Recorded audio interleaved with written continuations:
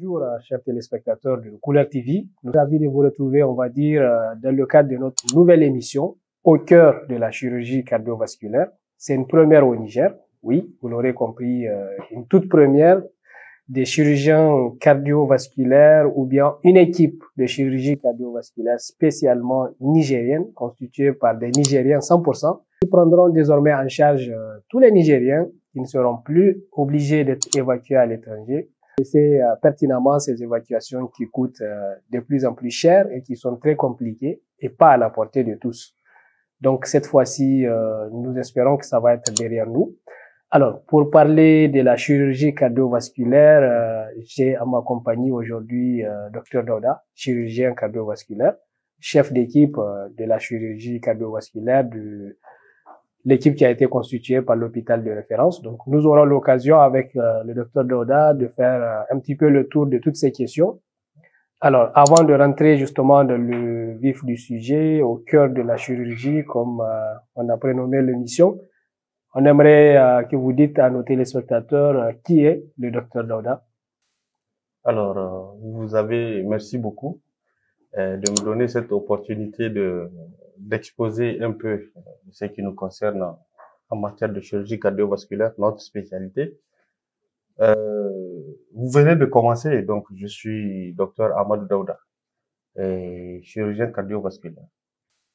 Je vous remercie, Dr Dauda, de nous accompagner dans le cadre de cette émission. Alors, quel est un petit peu votre parcours pour aboutir à la chirurgie cardiovasculaire finalement? Donc, voilà, notre parcours, nous avons fait déjà les débuts de notre début scolaire, notre scolarité, ça s'est passé au Niger, faut se dire. Et jusqu'au bac, nous avons fréquenté la faculté de médecine, la faculté de sciences de santé de Niamey. Et au cours de notre parcours médical à Niamey, on a pu quand même accéder au concours d'internat des hôpitaux. Donc, il faut se dire que je suis un ancien interne des hôpitaux de Niamey. Et après ça, notre intérêt s'est porté sur la chirurgie cardiovasculaire. Et voilà, donc, étant donné que ça n'existe pas au Niger, donc on était obligé d'aller le chercher ailleurs. Voilà. Donc, nous sommes venus au Maroc pour la spécialisation. Et la spécialisation s'est déroulée correctement, normalement. Et une partie au Maroc et une partie en France. Donc, finalement, et voilà, c'était ça le parcours de chirurgie cardiovasculaire. Je vous remercie. Alors, après ce parcours de chirurgie cardiovasculaire, donc vous allez retourner au Niger et c'est là que va naître, on va dire, l'idée de cette équipe de chirurgie cardiovasculaire qui a été accueillie. Alors, vous pouvez nous en parler un petit peu, comment ça s'est passé? Alors voilà, donc heureusement pour nous, notre point de chute, et on peut se dire aussi que c'est venu à point nommé, parce que ça coïncidait avec l'ouverture de l'hôpital général de référence. Et un hôpital qui se dit, qui est un centre de référence, non seulement national et probablement bientôt international. Et il se trouve que parmi les objectifs de cet hôpital-là, c'est justement la chirurgie cardiovasculaire. Et donc, on s'est approché avec les autorités, l'administration, et il faut se dire aussi que cette politique, ça fait partie de la politique du ministère de la Santé, allant dans le sens de vraiment minimiser et pourquoi pas carrément annuler les évacuations sanitaires à l'extérieur. Donc, ce programme a été bien accueilli et nous avons été bien accueillis à l'hôpital général de référence. Et une fois là-bas, on a su vraiment, parce qu'il faut se dire aussi que la chirurgie cardiovasculaire, c'est pas comme toutes les autres chirurgies. Il faut obligatoirement une équipe et une équipe vraiment bien chevronnée, une équipe qui comprend, qui est bien cohérente. Et c'est dans ce sens que on a pu constituer cette équipe-là après un choix très rigoureux des différents éléments. Et il faut se dire aussi que vraiment on a de très bons éléments qui sont excellents. Donc voilà, c'était comme ça que l'équipe a été formée. Et il faut se dire aussi que la mission de la formation de cette équipe-là est entièrement financé par l'hôpital général de référence. Donc, voilà. Actuellement, c'est un bon train et on peut se dire que vraiment on a presque atteint l'objectif de l'équipe. Alors, donc, maintenant que cette équipe a été constituée, donc comme vous l'avez dit, une sélection qui a été, on va dire, très exigeante pour pouvoir dénicher les meilleurs éléments. Maintenant, vous êtes ici au Maroc pour une formation de perfectionnement en quelque sorte. Est-ce que vous pouvez nous en parler un petit peu? C'est dans quel cadre et quels sont les objectifs à travers cette formation? Alors, donc, d'abord, le cadre, c'est dans le cadre de la coopération bilatérale qui existe entre le Maroc et le Niger. Alors, donc, l'équipe a été formée depuis le Niger. Et il faut se dire aussi, avant de se déplacer, qu'on a eu un bon temps de formation, de mise à niveau des prérequis, parce que ça, c'est beaucoup exigeant, ça exige beaucoup de choses.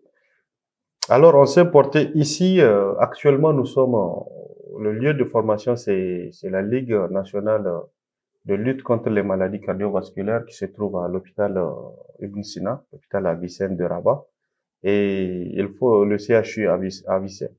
Donc, la constitution déjà de l'équipe, il faut se dire que, bon, je suis là avec l'équipe, parce que moi, je suis déjà, étant fruit déjà du Maroc, donc je connais déjà les réalités, donc je suis avec l'équipe. Et il faut se dire qu'il y a des aides anesthésistes, il y a des instrumentistes, des perfusionnistes, ce qu'on appelle les techniciens de circulation extracorporelle. On a des infirmiers de réanimation et bientôt on aura les anesthésistes médecins, on aura les kinésithérapeutes, les techniciens biomédicaux et tout ce qui se. Vous voyez maintenant quelle exigence et vraiment c'est ça. Il faut vraiment une exigence et il faut une équipe complète.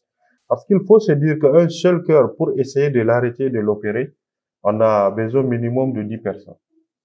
D'accord. Donc, de 10 personnes minimum chacun va travailler dans le sens pour qu'on puisse sortir le malade qu'au bloc et pour être suivi en réanimation.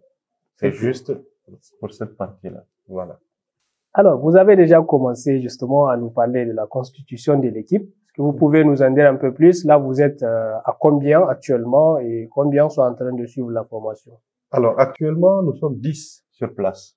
8 plutôt, excusez-moi. Nous sommes 8 éléments sur place actuellement. Les chirurgiens, l'aide anesthésiste, il y a 2 perfusionnistes, il y a 2 instrumentistes et 2 infirmiers d'unité de soins intensifs et réanimation.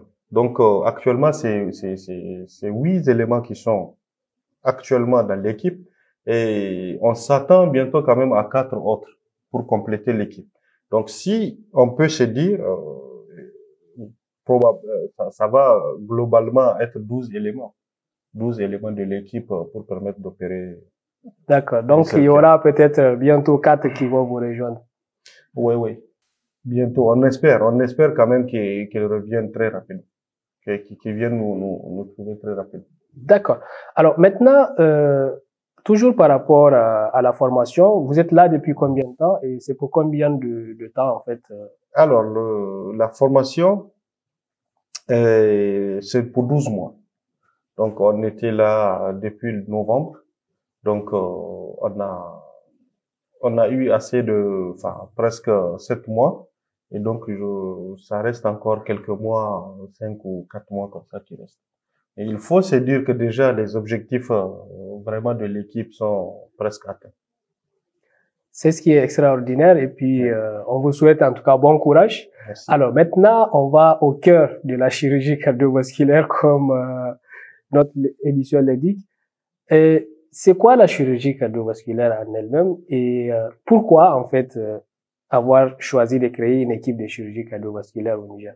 Alors, le contexte d'abord. Il faut qu'on comprenne le contexte. Il faut se dire que le contexte nigérien, c'est ce contexte-là qui fait en sorte que, étant donné qu'il y a absence de chirurgie cardiovasculaire, il n'y a pas d'intervention chirurgicale sur place.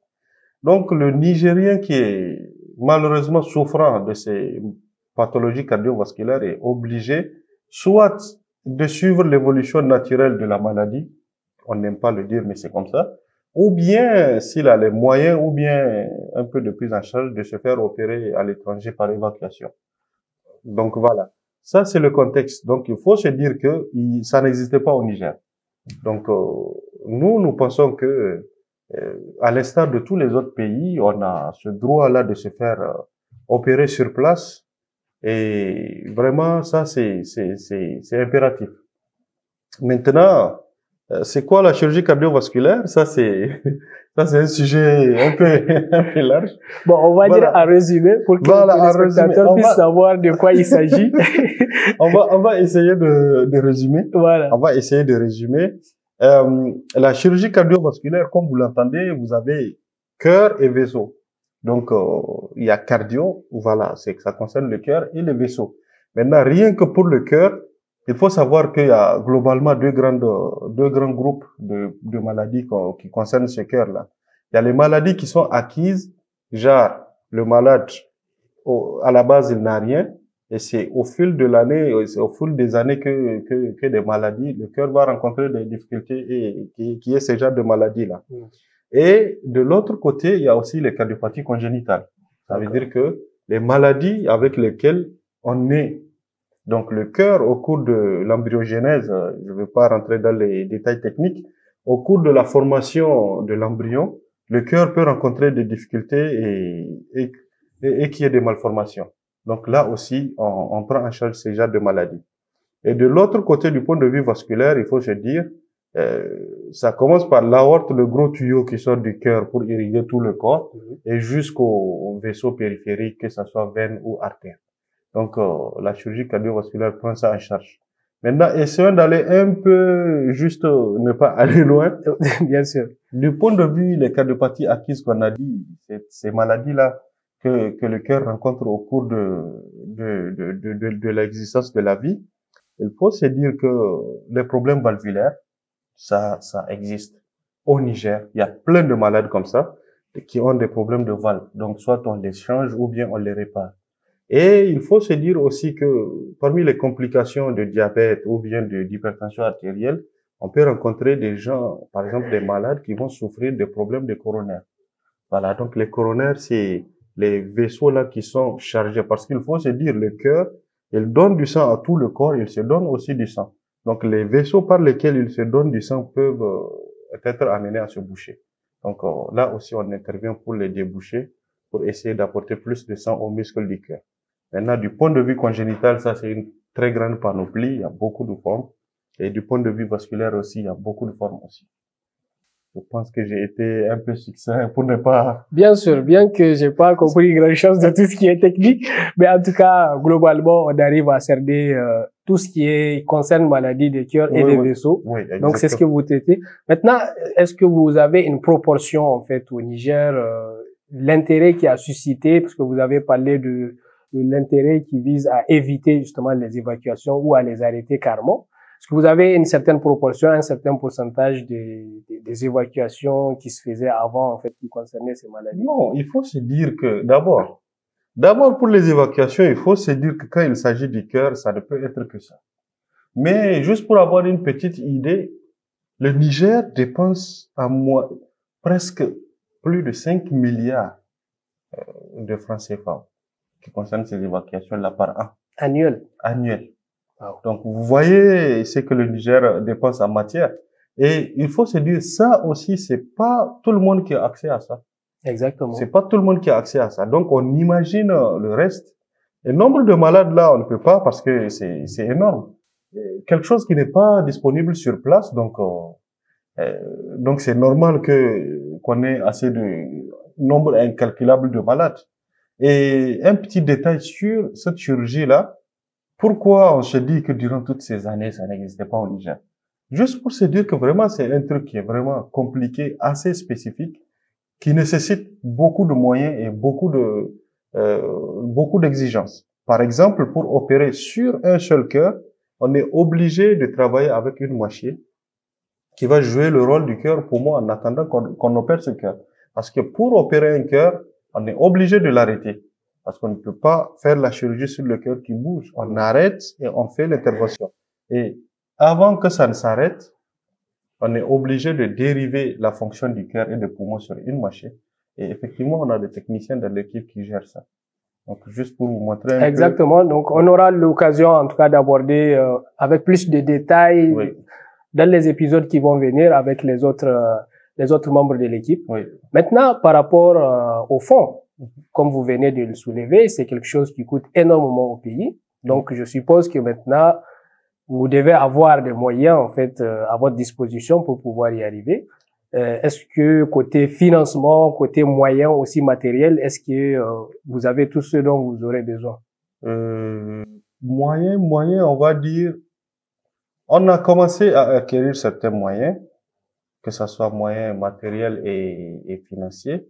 Et il faut se dire qu'il y a beaucoup de choses à faire. Il y a beaucoup de choses à faire. On n'a pas, justement, c'est les moyens qui manquent. Et moi, je pense que, étant donné que les ressources humaines sont là, je pense que, pour ne pas perdre du temps, c'est important que les autorités, d'ailleurs, qui nous écoutent, et fassent quelque chose dans ce sens-là. On a vraiment besoin de concrétiser ce projet-là. Et étant donné que les ressources humaines sont là, la formation est là, et vraiment, c'est les moyens qui manquent. Il faut les moyens parce que c'est une chirurgie qui coûte extrêmement cher. Et si on se lie seulement aux malades, ça va être compliqué. Parce que au Niger, on connaît la poche, on connaît le revenu de tout un chacun. Et vraiment, ils ont besoin d'accompagnement de l'État. Et nous avons besoin de l'accompagnement pour justement acquérir ces moyens-là. Voilà, nous espérons en tout cas que le message sera passé dans les bonnes oreilles, comme on l'a dit. Maintenant, on va aller très vite. Peut-être une dernière question. Vous pensez que votre équipe pourrait être opérationnelle d'ici combien de temps environ? Comme je venais de le dire, moi, j'ai confiance à mon équipe. Et je sais qu'actuellement, si on trouve un cœur, on va l'opérer. Actuellement, on est capable d'opérer un cœur. Voilà. Donc, on va dire en quelque sorte que la balle est dans l'autre camp. Ah oui, donc exactement. Vous, pour tout ce qui est de votre niveau ressources humaines, vous êtes au taquet. Et nous, on attend seulement les moyens pour y aller. Sinon, l'équipe, le temps qui nous reste, c'est juste pour consolider les acquis. Il faut se dire que l'équipe est opérationnelle. Et j'ai plein de confiance en nous. On a confiance en vous aussi. Et puis, les Nigériens seront certainement très fiers de vous. Nous le sommes ici à notre niveau et nous vous souhaitons très très bon courage. Alors, avant de clôturer l'émission, est-ce que vous avez un message à adresser à tous les Nigériens, on va dire? On va d'abord je m'adresserai au premier Nigérien d'abord, le premier responsable. Évidemment. C'est le président de la République. Il faut se dire juste que nous sommes là, c'est des Nigériens et on a l'ambition de relever ce défi-là. Et il faut se dire qu'une fois l'équipe opérationnelle, non seulement on prend en charge les Nigériens pour éviter justement les frais d'évacuation là, et en plus, ça va être capable de prendre en charge la sous-région. Et ça, c'est vraiment beaucoup de choses. Et la première chose, nous attendons juste que l'ouverture du service soit opérationnelle. Il faut que le service soit ouvert, que ça soit opérationnel. Deuxième chose, nous espérons vraiment que le comité de santé, que le ministère de la Santé puisse arriver à prendre en charge ces malades-là dans un premier temps. Parce que les malades, ils n'ont pas les moyens de se faire accompagner. Ça va permettre non seulement à l'équipe d'être autonome et en plus d'aider encore ces pauvres citoyens-là. Et troisième chose, c'est très important de mettre ce programme-là de chirurgie cardiovasculaire dans l'enseignement général des futurs médecins. Donc ça, c'est important parce qu'on ne peut plus attendre que la formation se fasse sans ces prérogatives dans le système. Parce que je pense que une fois qu'il y a déjà une équipe qui est partie chercher la technicité pour ramener, je pense que c'est important qu'on puisse le mettre dans l'enseignement de la médecine générale. Le message est fort et nous espérons sincèrement que l'accompagnement va suivre également. Merci. Nous invitons tous les Nigériens, en tout cas, à faire confiance à leurs propres compatriotes. C'est une fierté pour nous tous d'avoir cette équipe 100% nigérienne. Et nous espérons que, comme le nom de l'hôpital l'indique, référence, que le Niger sera bientôt une référence en matière de chirurgie cardiovasculaire pour toute l'Afrique. Et voilà, nous sommes au terme de cet épisode avec le docteur Daouda, chirurgien cardiovasculaire, que je remercie encore une fois. Ouais, merci aussi. Voilà, un grand courage à toute son équipe et restez surtout connectés avec nous pour les autres épisodes. Je vous Merci. remercie aussi.